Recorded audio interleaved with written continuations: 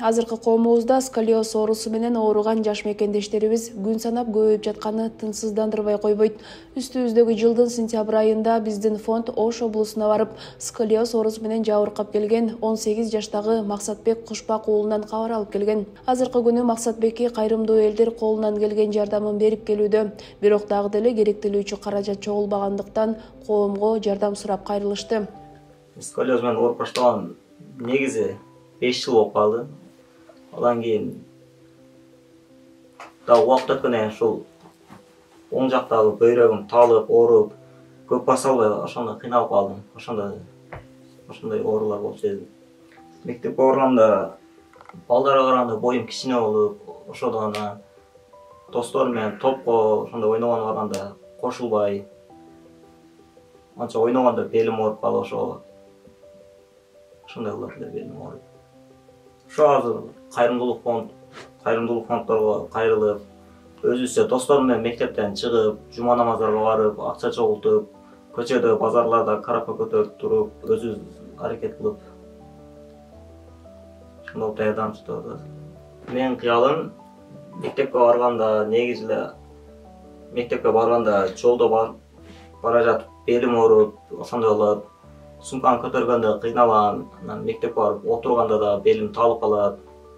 Ошолор азыр Индия жергесине барып операция болуп, түзөлүп, мен омуртка сөөгүм түзөлүп, жакшы болуп кетсе, жакшы болушун каалайм. Урматтуу кыргыз эли, мен азыр Индия жергесине операцияга бара жатканыма көп сумма акча сунушташты ал жактан. Ошого байланыштуу каражат жагынан жетишсиз болгондуктан сиздерге кайрылып жатам. Жардам колун сунуп, жардам беришиңиздерди суранып кетем. Максатбектин атасы баласынын операциясына акча табуу үчүн Россия жергесине иштеп кеткен. Ал эми азыр кайра келип уулунун жанында болууда. Минтип бел омурткасы кыйшайып турганын көргөн атанын жүрөгү жараланып турат. Бирок аргасыздан минтип элге кайрылуудан башка аргасы жок. Бул кандайдыр бир неме менен бир УЗИге түшүп калдык. УЗИ аппараттын өзүдөгү. Анан ал жерден ошол жерде иштеп аткан спец баягы айтып калды, врач.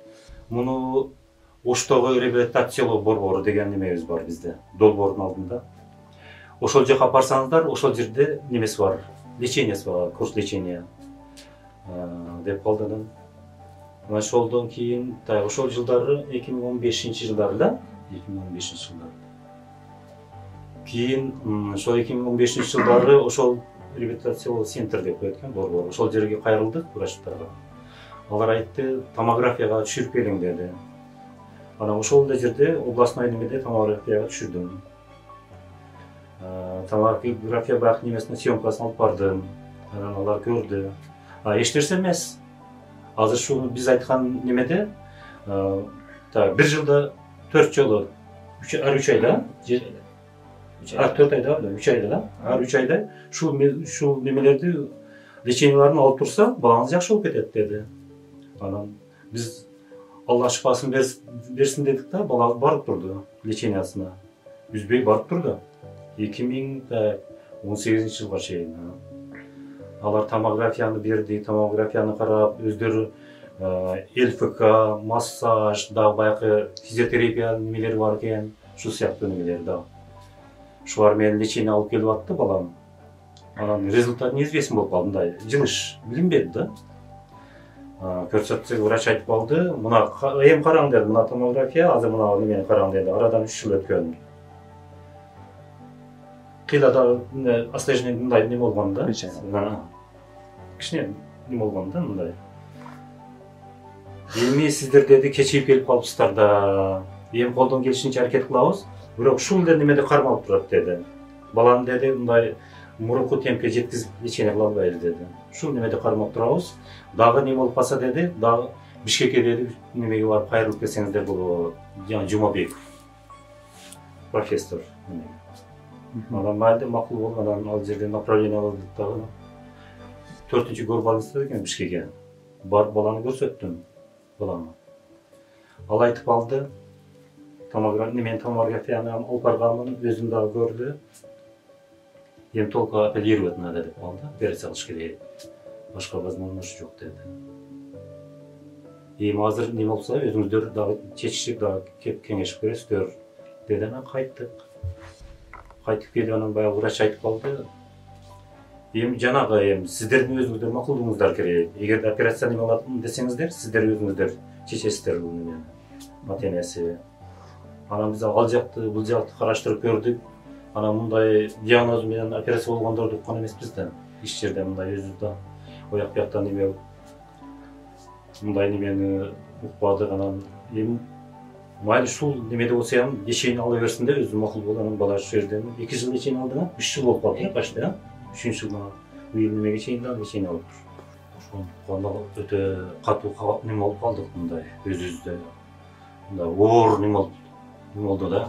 Эми бул операция оор ал жерде через омуртка сөөктөр аркылуу клетка тамчылар өтсө бул операция тяжелый болот да, оор деп. Эми булар менен азыр билет мындай ачыгын айтып атам да мен. Анан өзү ошондой ойлонуп анан кой. Анан өзүчө ойлонуп, өзүдү басып ушундай жүрүп калдык да эми. Ушунчалыгына ham шүгүр. Алла Таала Кудайым шифасын берсин деп. Ассаламу алейкум, урматтуу кадырман кыргыз элим. Ушу менин уулум Максатбек ден соолугуна байланыштуу Индия жергесине операцияга барып келүүгө каражат жагынан муктаж болуп турабыз. Урматтуу кадырман кыргыз элим. Кайдыгер карабастан ушу баламдын ден соолугу жакшы болуп кетсин. Аз да болсо өзүңүздөрдүн салымыңыздарды кошуңуздар. Жардамыңыздарга муктажбыз. Бул дагы балам келечекте мына орто мектепти бүтүрүп, жогорку окуу жайына тапшырып, жакшы дипломго ээ болуп, кыргыз элине, кыргыз жерине салымын кошкон инсандардан болуп, жана да ушул кыргыз элин жакшы чыган, ушу пайдасы тийген инсандардан болгум келет деп өзү дагы ушундай деп калат. Биз дагы ошого болсун деп Алла Тааладан ниет кылып, Аллахым шифасын берсин деп ушу кыргыз элиме ушу жардамга муктаж болуп суранып атканыбыз сиздерден. Кайдыгер карабай жардам колуңуздарды сунуңуздар. Максатбек азыр 18 жаш куракта. Бул аты жаман оорусу күн санап күчөп, дем алуудан кыйналып келет. Бел омурткасын түздөтүп, эл катарына кошулууга кайрымдуу элден жардам керек болуп турган кези. Ошол себептен Кайдыгер карабай колубуздан келген жардамыбызды берүүгө чакырык кылабыз.